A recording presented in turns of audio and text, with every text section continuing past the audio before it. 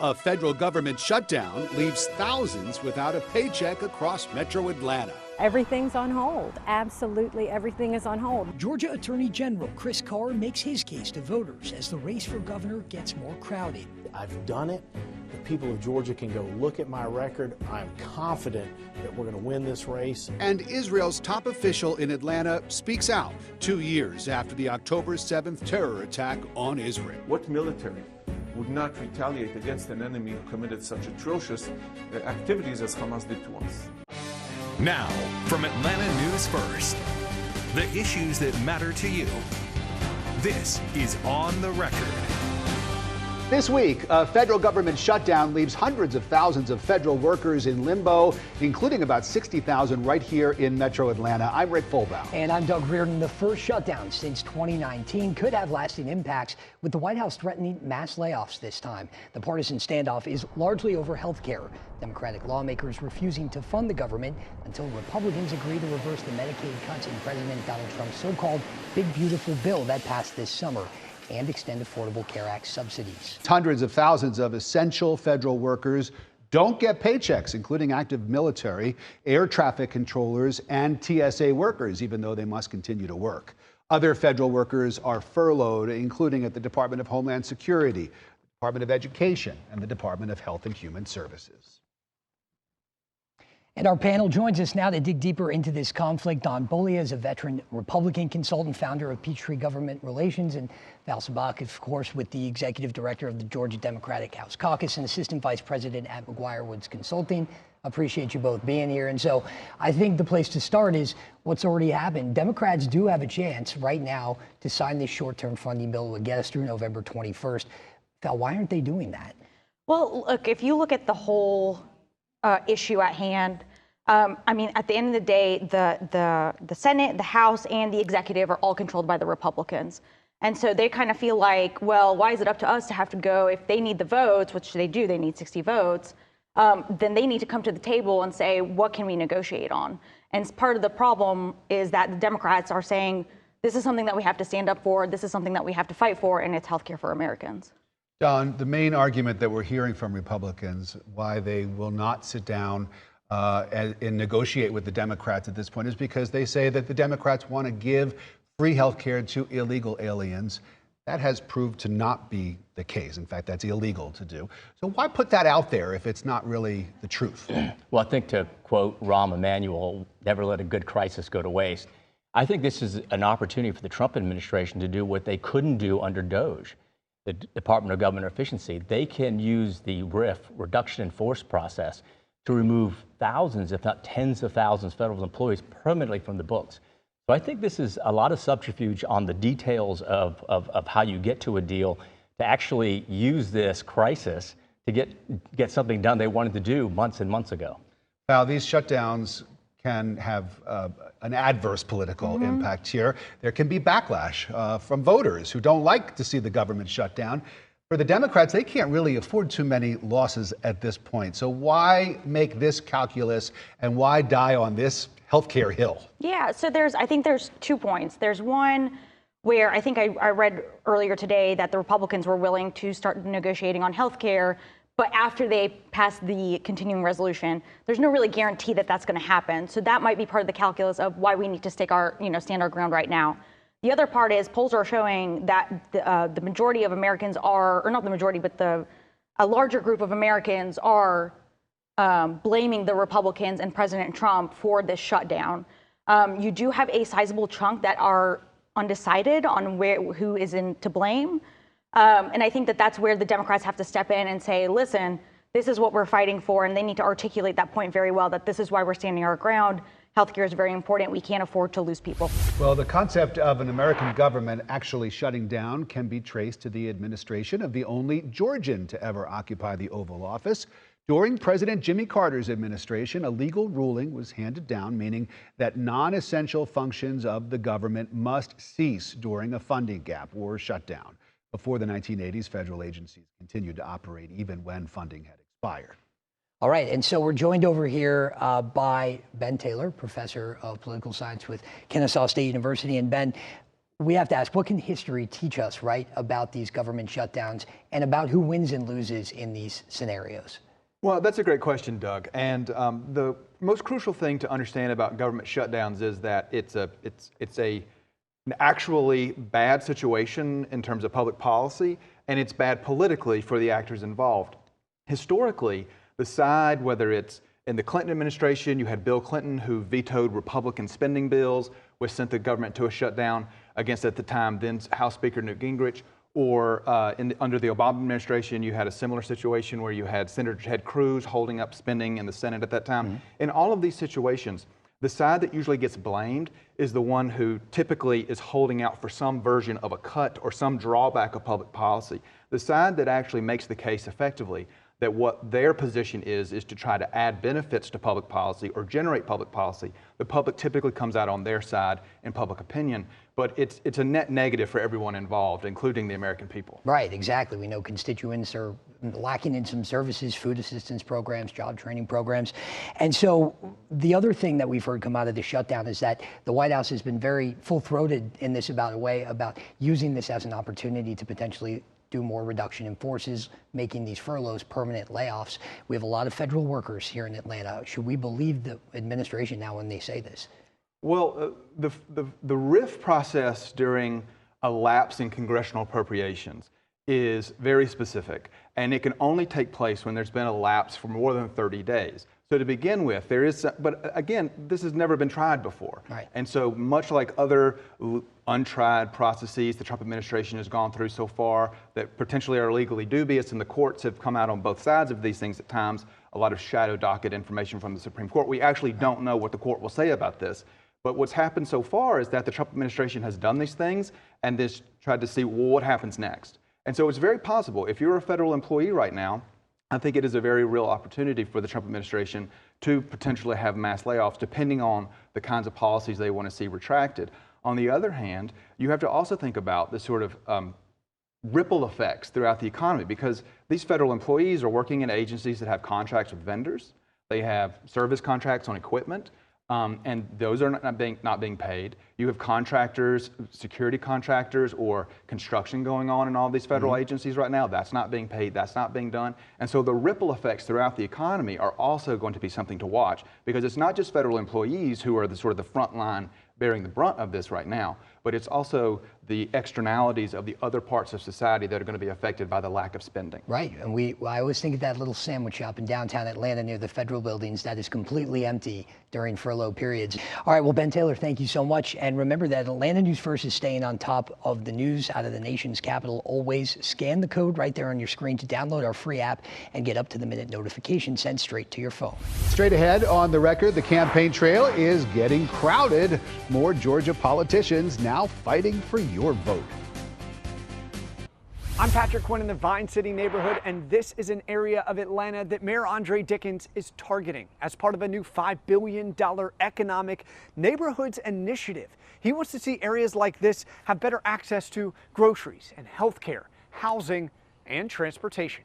Now, to pay for these enhancements to primarily Southside and Westside Atlanta neighborhoods, Mayor Dickens is calling to extend the TADS, tax allocated districts, a funding mechanism that would require approval from Fulton County and Atlanta Public Schools to forego years of property tax revenue, allowing Atlanta to use that money for this initiative. According to top city officials, the transit expansion includes building 4 new MARTA stations in Atlanta, extending the streetcar both west and east directions, and adding rail lines along the Beltline's Southside Trail. Now, this TAD extension plan is controversial. It's one of the major topics, though, that we will address on Tuesday at the Future of Transit in Atlanta Town Hall, presented by Atlanta News First in partnership with the Center for Civic Innovation. Grab your phone, scan the QR code. This is a free event, but this will allow you to secure your seat. I'll be moderating the night on Tuesday. We'll hear from top MARTA and city officials Tuesday night. The Future of Transit in Atlanta Town Hall. We'll see you there. 12 people are now in the running to become the next governor of Georgia, including Democratic State Representative Ruwa Romman, the newest candidate to enter the race. The two-term Democrat has gained a strong base with some of Georgia's progressive voters as an outspoken supporter of the Palestinian cause. Romman is the legislature's first and only Palestinian member. She now wants to take that distinction to the governor's mansion. And on the Republican side of the race, Attorney General Chris Carr is hoping that his record as Georgia's top law enforcement official and his economic policies can help put him over the top in the primary. He told me he already knows how to do the job when we sat down with him this week on The Record. Well, Attorney General Chris Carr, thanks for joining us on The Record. We appreciate it. Absolutely. Great to be with you. So you were the first candidate, period, on either side of the aisle to enter this race. What ultimately made you decide to want to jump in the race for governor? Georgia is the model for the nation. Whether it's jobs or safety, I've been fortunate enough to work for Senator Johnny Isakson. I've been the Commissioner of Economic Development and now Attorney General for 9 years. One of the things I'm proud of is we have transformed the law department into a very effective criminal practice, whether it's domestic terrorism, human trafficking, gangs, organized retail theft.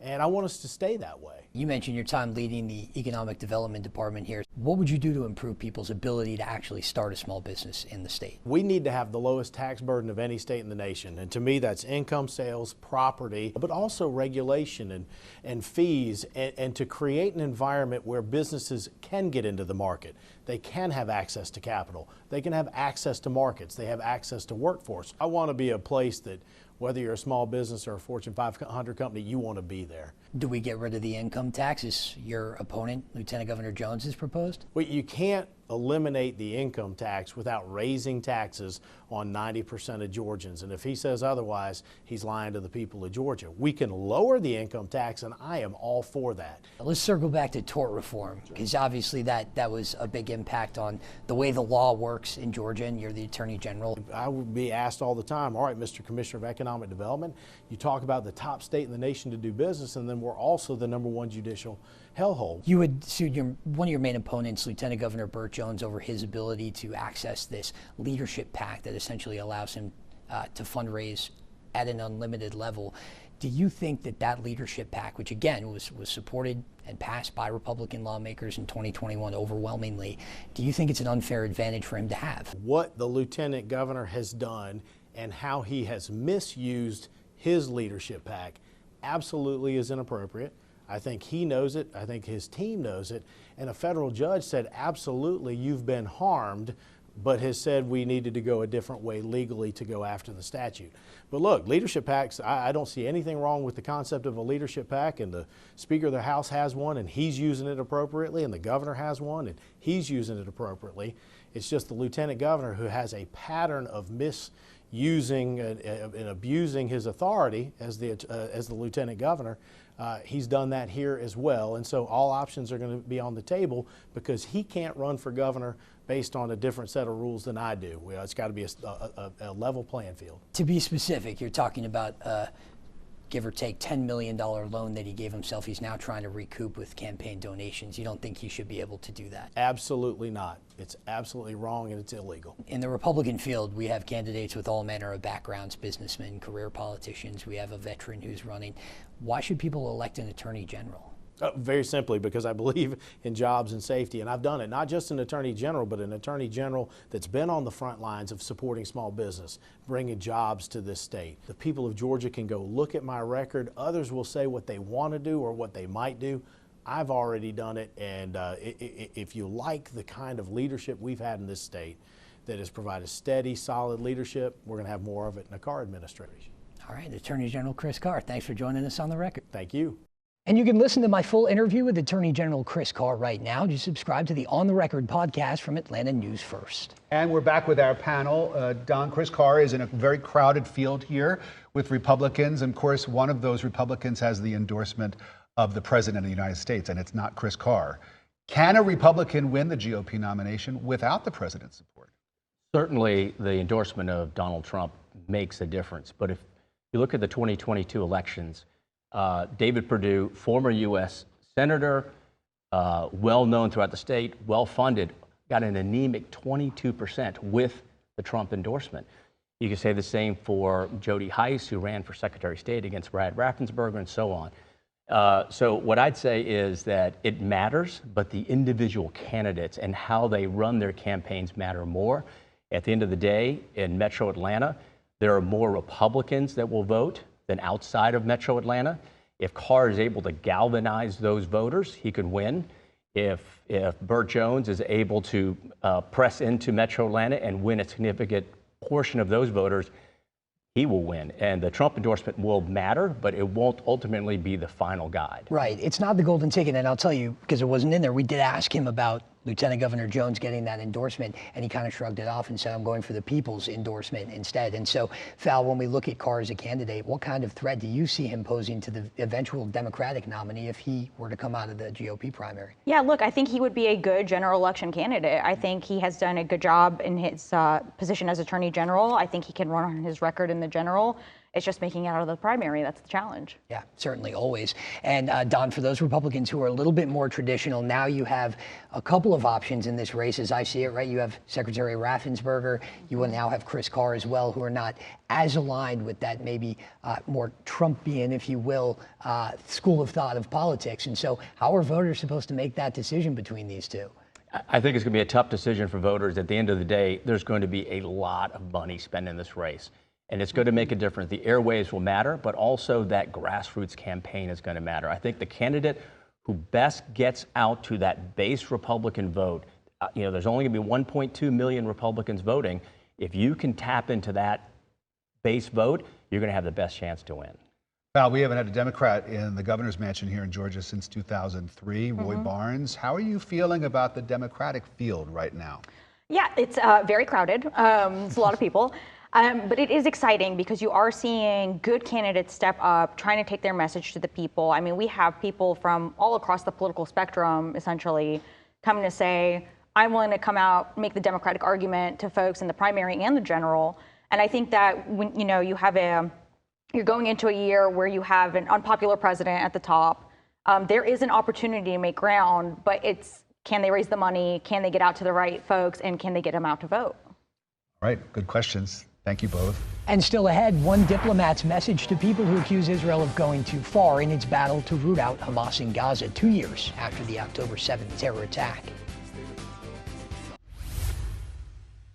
This week marks 2 years since the start of the Israel-Hamas war, sparked by the worst attack on the Jewish people since the Holocaust. On October 7th, 2023, Hamas militants invaded Israel, slaughtering some 1,200 people, mostly civilians. Another 240 people were taken hostage. Israel's aim since that day has been to eliminate Hamas, the terror group behind the attack. But that objective has led to tens of thousands of Palestinian casualties, according to the Hamas Health Ministry. The war has severely damaged Israel's image around the world, including here in Metro Atlanta. Eitan Weiss is Israel's new Consul General to the Southeastern United States. He's based here in Atlanta. Part of his job is to repair that image. And I asked him what he would say to people who are upset with how Israel is fighting this war on the record. In regards to the military activities in Gaza, you're asking the wrong, person that question. You should ask Hamas. You should ask them, why are you hiding behind civilians? Why are you using your women and children to get them killed? They're doing it on purpose. And this is something we need to remind people, the context. They're doing it in order to create this huge image of a lot of people dying because of Israel. Weiss and others accuse Hamas of planting fake stories and creating social media posts to manipulate public opinion. But he acknowledges innocent civilians have been killed, just as they have in other military conflicts. At the end of the day, let's not forget this is a war and our enemy is atrocious, not just because he's atrocious to us. He's atrocious to his own people. He doesn't care that he kills people, especially his own. Show me what country, what military would not retaliate against an enemy who committed such atrocious activities as Hamas did to us. 2 years since the October 7th terror attacks and the war that has followed, Weiss says Americans should not lose sight of his country's place in the region. Israel is the only entity that brings stability to the region.